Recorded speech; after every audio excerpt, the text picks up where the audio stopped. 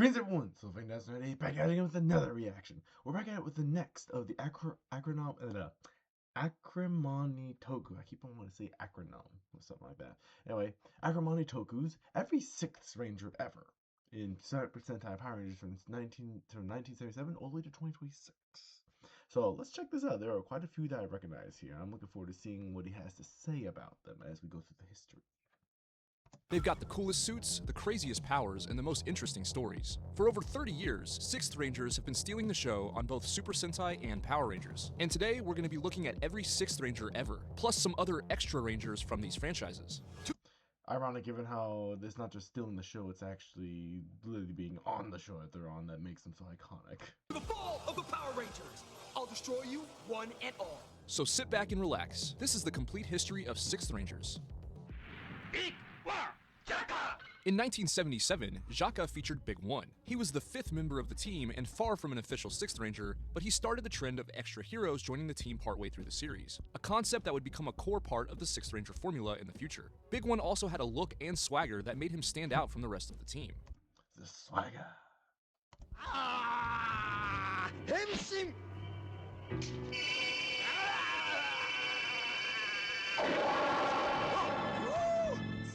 In 1984, Bioman featured the Magni Warrior, a precursor to the official 6th Rangers that would come later. Shota loved nature and desperately wanted to be a member of Bioman, but due to him not having bioparticles, he wasn't able to become a true member of the team. Neo Empire Gear turned him into Magni Warrior, but he broke free from their control and worked to help Bioman. He appeared in 2 episodes, and he's considered a Ranger-like ally, although the role he fills in the story is very similar to that of the 6th Rangers that would come later. He's often overlooked, but he brought back the extra hero concept, and he was definitely an important part of the history of 6th Rangers.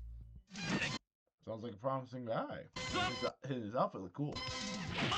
Now we look at a hero who's probably the most famous precursor with X1 Mask, from 1987's Masked Man. Ryo Asuka appeared in a single episode, but he was way closer to being a Ranger than the Magni Warrior was, with a green suit design that was very similar to the core team, albeit with a unique helmet that was very reminiscent of Battle Japan from Battle Fever J. He's more Ranger-like than Magni Warrior because of his suit and his connection to the team. Despite only appearing once, he helped to bridge the gap between early extra hero experiments and the fully realized 6th Ranger formula that began later on.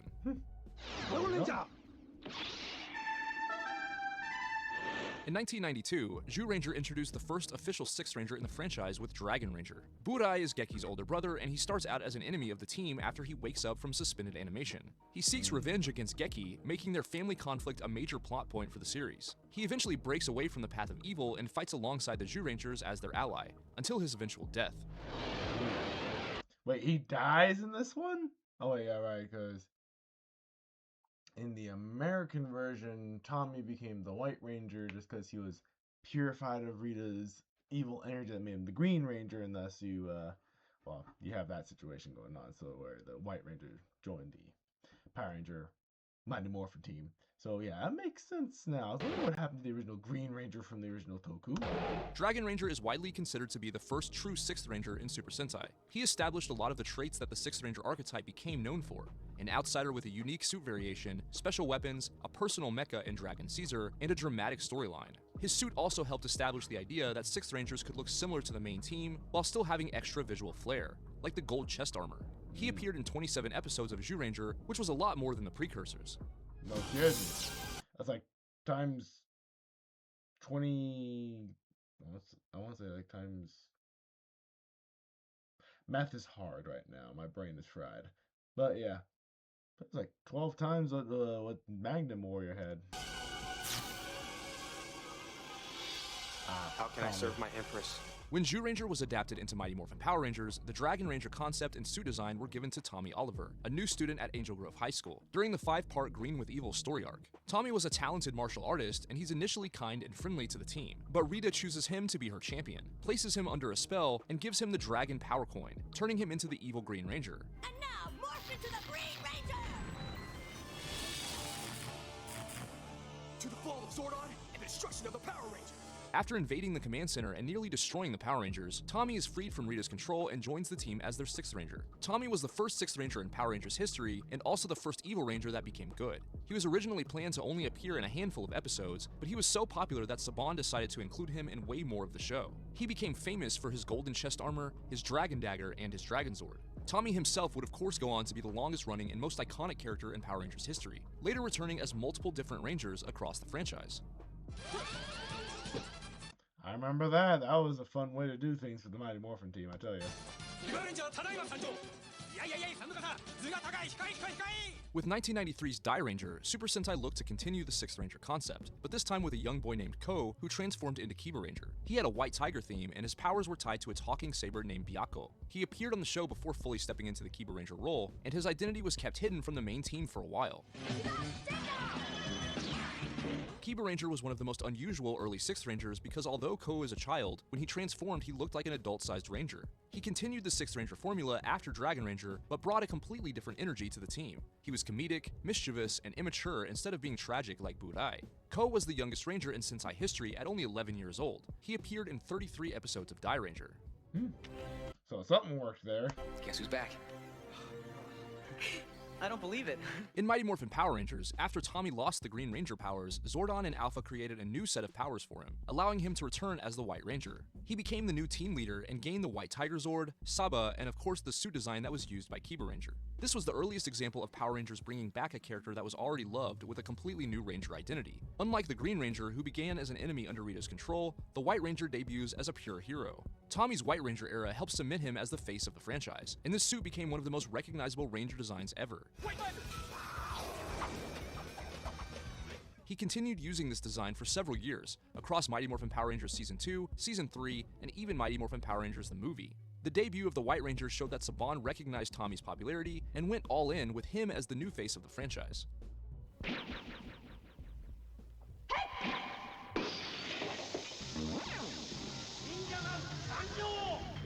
Next, let's talk about Ninja Man from Kaku Ranger. He's more of an extra hero instead of a traditional 6th Ranger, but worth mentioning nonetheless. When the Rangers first discover him, he's been sealed inside of a jar. They free him and he becomes an ally of the team. He has an eccentric personality, his own distinct suit design, weapons, transformation into Samurai Man, and a major support role. But he's not a standard color-coded Kaku Ranger, so most of the time he's not really considered a 6th Ranger, but I wanted to mention him anyway. He appeared in 17 episodes of Kaku Ranger.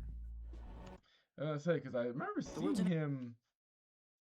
seeing him appear here and there in like the English Power Ranger series, but you could never tell where exactly he got his start from, given how you weren't really seeing him like an actual main team. Incredible danger. He's over here. See what I mean? Power Rangers adapted Ninja Man into Ninjor, a powerful mentor figure. When the Rangers lose their powers, they seek him out at the Temple of Power, where he grants them the Ninja Power Coins and helps them unlock their new Ninja Zords. He supports the team without becoming a full-fledged Power Ranger. He was an integral part of the transition between the use of Die Ranger footage and Kaku Ranger footage within Power Rangers.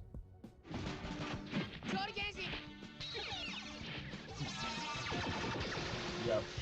King Ranger. Next, let's look at King Ranger from O-Ranger. Riki looked like a young boy, but he was actually a legendary Choriki hero from the ancient civilization of Pangaea. He fought the Machine Empire Baranoia hundreds of millions of years before the main story and was placed into suspended animation. When he awakened in the present day, he joined the O-Rangers as King Ranger.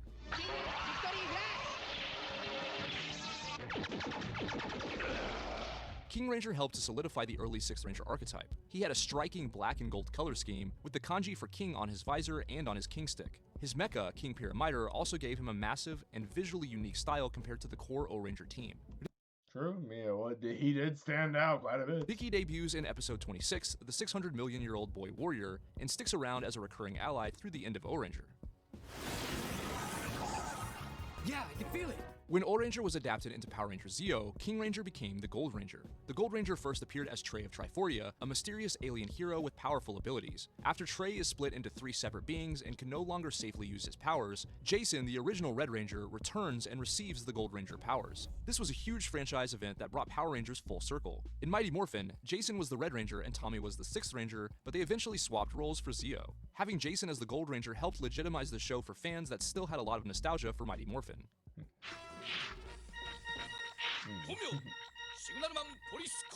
Next is another extra hero that's not an official 6th, Signal Man from Car Ranger. He's an intergalactic police officer that serves as an ally to Car Ranger, rather than a normal team member. He left his family back on Planet Police to pursue and fight against Bowser. What was that planet name? To Car Ranger, rather than a normal team member. He left his family back on Planet Police to Because given his design, of course, his home planet would be Planet Police. pursue and fight against Bowzox. He has his own unique police-themed look and gimmick. He first appeared in episode 12 and continued to show up throughout the series. I am the Blue Centurion, an intergalactic officer of the peace. Power Rangers Turbo featured the Blue Centurion, an intergalactic police officer from the future. He traveled back in time to 1997, where he's captured and manipulated by Divatox. He eventually gets reprogrammed and serves as an ally to the Turbo Rangers. He introduced several story beats tied to the larger villain hierarchy that wouldn't be fully explored until Power Rangers in Space.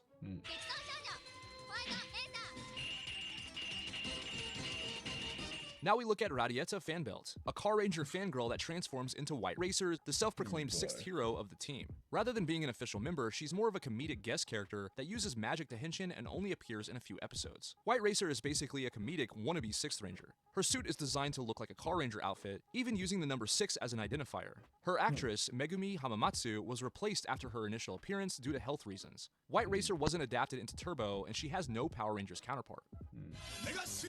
I feel like that's a little bit of a sad missed opportunity there, but what you gonna do?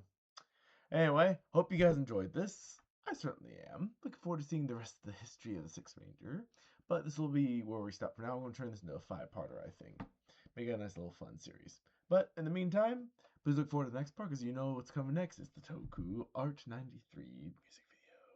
Looking forward to seeing how he changes the next epic song. You guys take care. Please like, comment, subscribe down below. If you have any other Power Ranger videos you want me to react to, let me know. I'll see you all in the next video. Bye!